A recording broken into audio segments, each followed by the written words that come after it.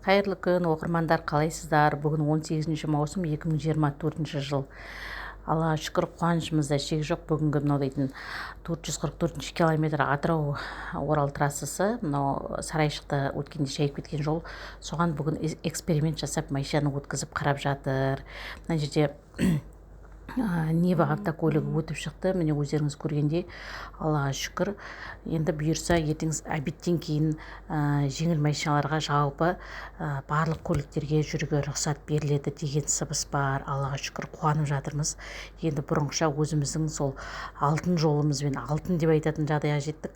Себебі енді Новобогаттың жолын дейтін өздеріңіз күнде естіп жүргендей, көріп жүргендей, ол жақтың жолы күй жоқ. Енді қаншама көліктер бұзылды, өте қатты шығын келді көліктерге.